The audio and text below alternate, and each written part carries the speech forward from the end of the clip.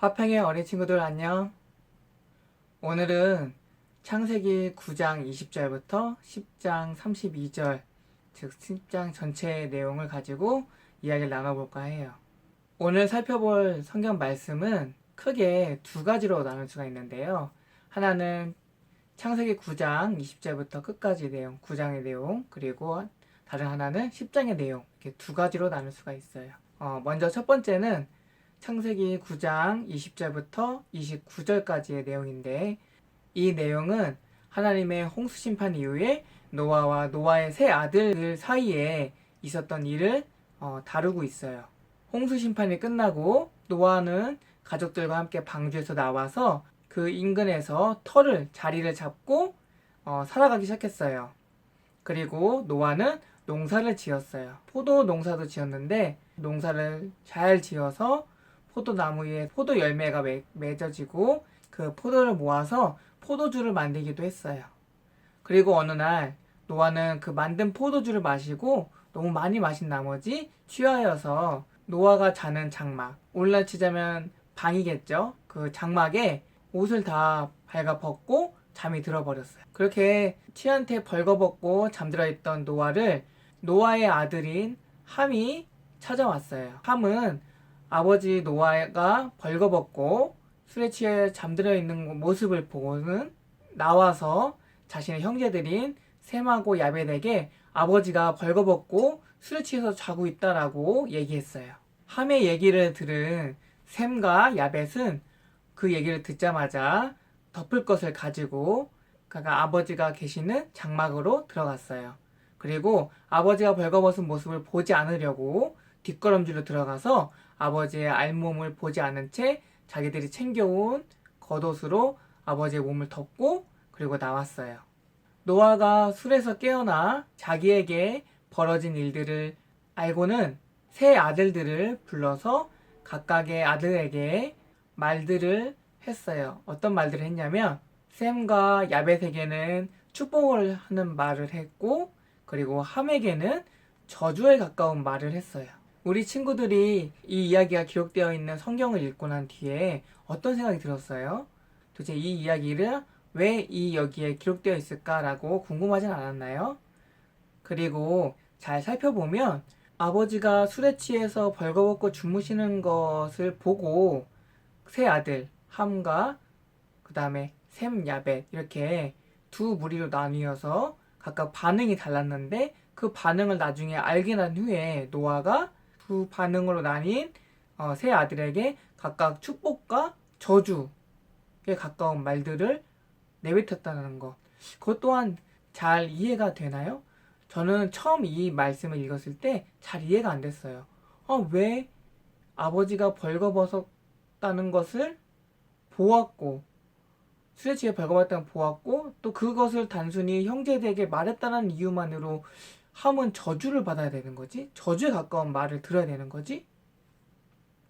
그런데 여기에는 중요한 이유가 있었고, 그리고 그 이유 때문에 이 성경에 이 사건이 기록될 수밖에 없었어요. 중요한 건 노아가 벌거벗었다라는 것을 함이 보았고, 그 본 모습을 자기 형제 햄과 야벳에게 얘기했다. 이게 중요한 지점이에요. 이게 바로 이 사건을 이해할 때 매우 중요한 부분이에요. 우리 친구들, 이전에 아담과 하와가 하나님께서 먹지 말라고 한 선악을 알게 하는 나무의 열매를 먹고 난 뒤에 어떤 반응을 보였죠? 네, 맞아요. 아담과 하와가 하나님이 먹지 말라고 한 그 선악을 알게 하는 나무의 열매를 먹자마자 그들이 먼저 깨달은 것은 자기들이 벌거벗었다는 것을 깨달았어요. 그리고 어떻게 했죠? 그 벌거벗은 모습을 부끄러워했어요. 부끄러워하고 나뭇잎으로 자기들의 몸을 가렸어요. 여기서 우리가 알 수 있는 게 있어요. 사람이 죄를 범하면 수치심을 느껴요. 수치심. 그리고 그 수치심을 가리기 위해서 행동을 취하죠. 여기에도 동일하게 적용이 돼요. 단지 여기서는 그 적용이 당사자의 본인인 노아는 술에 취해서 잠들었기 때문에 몰라요.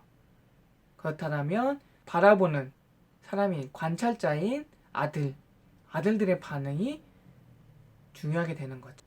성경에서는 벌거벗었다라는 것을 죄를 인식하고 죄책감, 수치감을 느끼는 것으로 상징해요. 그래서 그 벌거벗는 것이 결국에는 그 벌거벗는 대상, 벌거벗는 그 자신의 그런 어떤 명예, 영광을 버리고 수치를 않는다, 수치심을 느낀다라는 어떤 상징적인 의미가 있어요.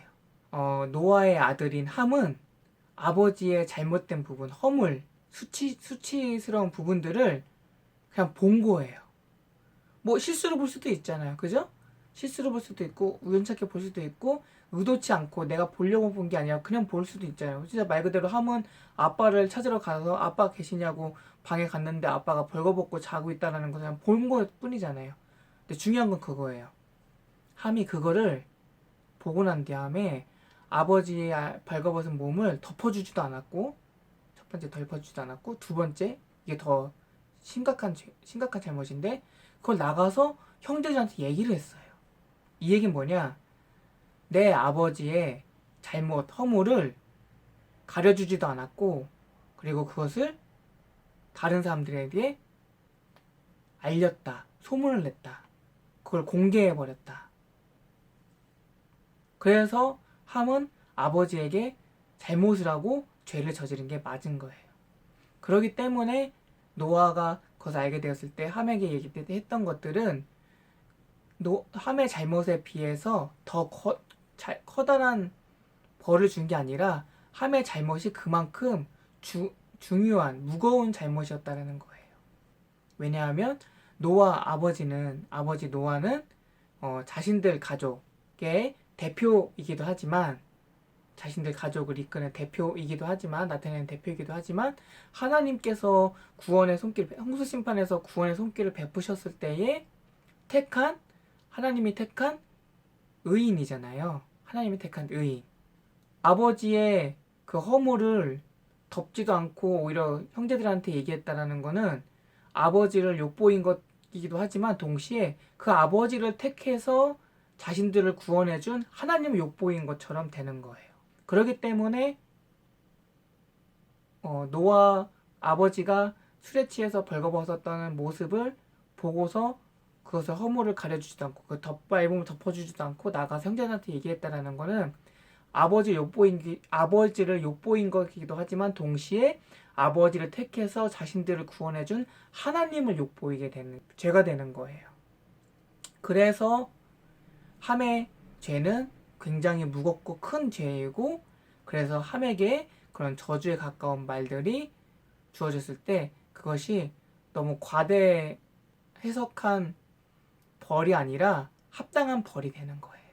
그리고 그 함의 얘기를 들었을 때에 똑같이 아버지가 아버지의 그 허물, 죄, 수치심 이런 것들을 목격한 게 아니라 안 보려고 이렇게 자기들 들었으니까 안 보려고 이렇게 하고 뒷걸음질 쳐서 아버지의 몸을 덮어주고 나와서 아무 말도 안 했다는 거.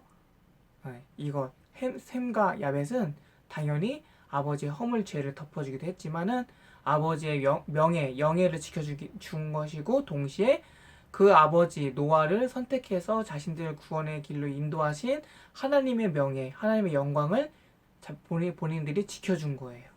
그렇기 때문에 당연히 축복의 말을 들을 만한 착한 의로운 행동을 하게 된 거죠.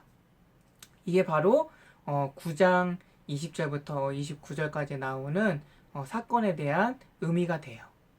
오늘은 여기까지 하고요. 그럼 우리 친구들 건강하고 밝고 즐겁게 지내길 바래요.